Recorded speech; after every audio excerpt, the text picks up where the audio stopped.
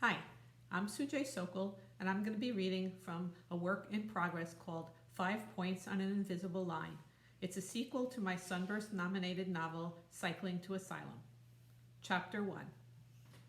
I'm running with the kids on the high-speed lane of the moving walkway inside Turtle Island, Montreal's newly renovated airport.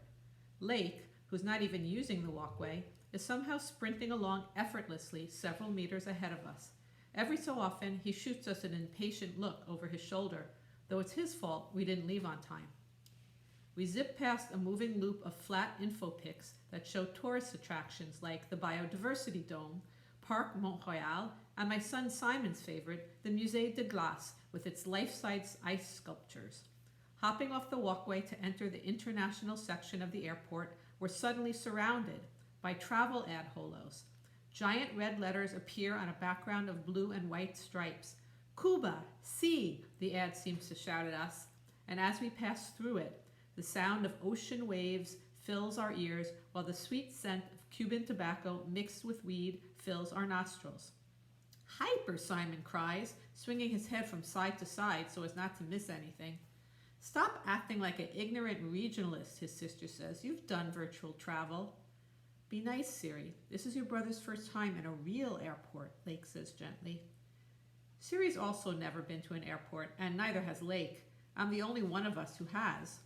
Though I was just 4 years old at the time, the memory of our family trip to visit cousins in Buenos Aires is very clear in my mind today, down to the smell of the recycled air on the plane.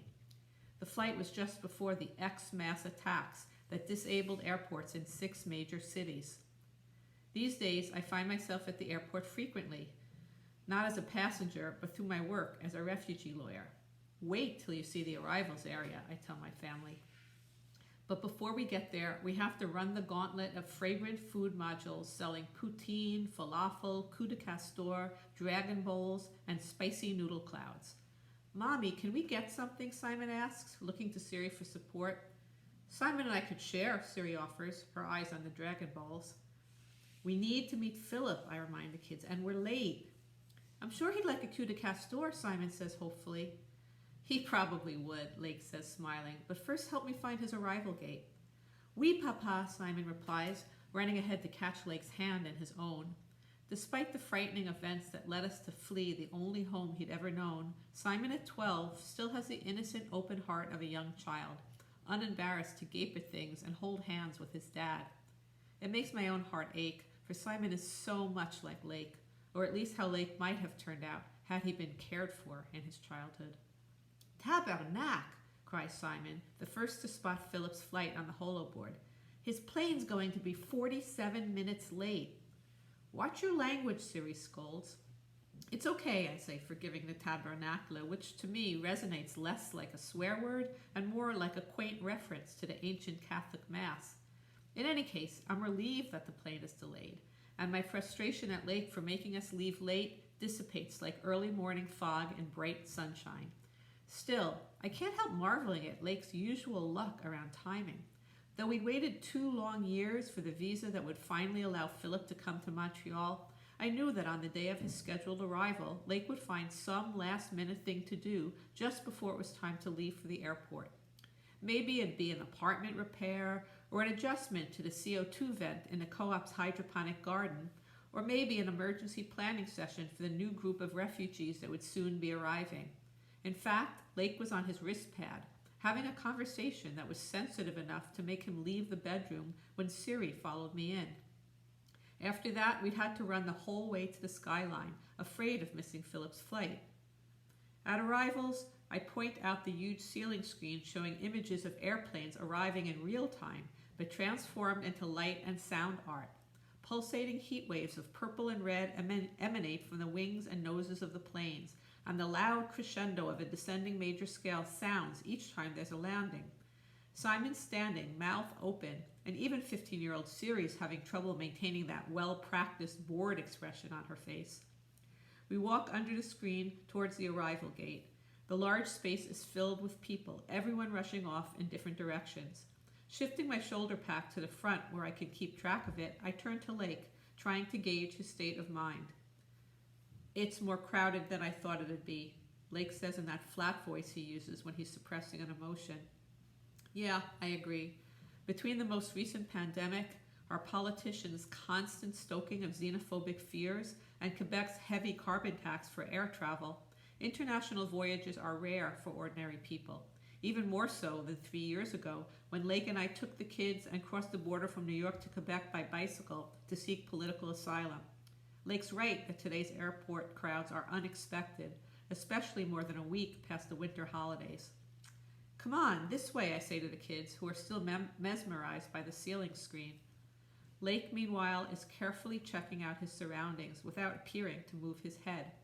He's one of those people who could achieve perfect stillness, and when he does move, it's with a graceful economy of motion that's something between beautiful and a little creepy. That he's doing this now shows me he's nervous, or at least wary. It might be our presence at an airport bringing back thoughts of his near deportation, or memories of traveling in general, which for Lake has always meant fleeing. Or perhaps it's just a prospect of seeing Philip again. Of all of us, the stakes for this visit are highest for Lake. To Simon, Philip is his dad's best friend, the big, strong, gentle Uncle Phil who'd carry him on his shoulders even when Simon was no longer little. To Siri, he's the father she thinks she should have had, a solid, sensible man who loves sports as much as she does, instead of the damaged, unpredictable, too young and too attractive person who's her actual father. And to me, Philip's a good friend, a trusted confidant. I can't honestly claim he's ever been a rival, not when our goals have always been united in Lake's interest and our mutual love for him. When the two of them parted that last night in Brooklyn, it was me who broke down first, though it was Lake who cried the hardest. We move closer to the front of the waiting area. A little off to the right is a garderie with puzzles and games where families can leave their kids for a short time. Whoa, Simon says, staring at the giant 3D math puzzle. Can I try? Sure, I tell him. Siri, go with your brother. She seems ready to argue, but shrugs and follows him. I turn back to Lake, who's sidling over a bit to the left.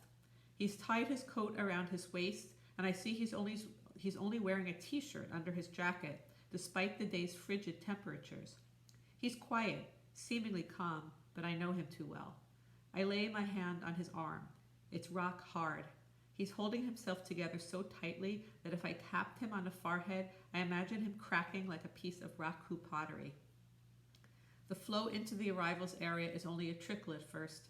Then I sense a larger group of passengers approaching from behind the opaque barriers. The noise and hubbub suggest a plane load of people, perhaps Philip's plane? The holoboard indicates that it's landed, so I look for signs that the arriving passengers are from Paris. Do you think he'll be taken for French? I ask Lake. It's seriously fucked up that after 2 years of applications, that Philip, a Puerto Rican New Yorker, only succeeded in obtaining a 6-month visa by enrolling in a French language program in Paris and arranging to do the winter semester in Montreal as a Parisian exchange student. Lake shakes his head minutely, not an answer, but a signal to talk about something else. I listen carefully to the passengers' conversations. I have a good ear for accents, though my own New York accented French sounds horrible. The passengers seem Parisian to me. Don't worry, he'll be here soon, I say. You know Philip. He's probably helping some senior citizen or family of 12 with their luggage. Rather than laughing or even responding, Lake turns very slightly to the left. I follow his gaze. Nothing in that direction seems of particular interest. The main thing in Lake's line of sight is the Aide aux Migrants kiosk. A message offering help flashes in an alternating loop of a dozen different languages. Translation glasses hang over the side of the kiosk, which is lucky because whoever was personing the booth seems to be on a break. Lake faces forward again as a new wave of passengers begins streaming through. I look up at the holoboard and see that the plane from Tunis has also landed. Minutes and more minutes pass, and my excitement begins to morph into anxiety. I stand on my toes, craning my neck to see all around me, as though somehow Philip could just as easily appear behind or beside me as from the gates ahead of us. The passengers are coming in dribs and drabs now, and all of them appear to be Tunisian, yet Philip has still not appeared. I turn towards Lake, planning to murmur something reassuring, when I sense him go very still. I look up to see Philip walking alone through the gate. The tension is back in Lake's body, but now it's the tension of keeping himself from darting forward. I release his arm and he runs towards Philip, who spotted us. If I had any residual question about how this reunion would make me feel, it's answered instantly and emphatically as my heart fills with joy. I'm thinking how lucky it is that Philip's so large and solid. A smaller man, or one less strong, would be in danger of being knocked over by the force and speed of Lake's body as he flies towards Philip's waiting embrace. Then I watch, horrified, as Lake, mid-flight, suddenly shoots his arms out to shove Philip hard against the chest. The momentum brings Philip down, Lake right on top of him. Then a second later, the bomb goes off, a few meters from where Philip had just been standing. Thank you.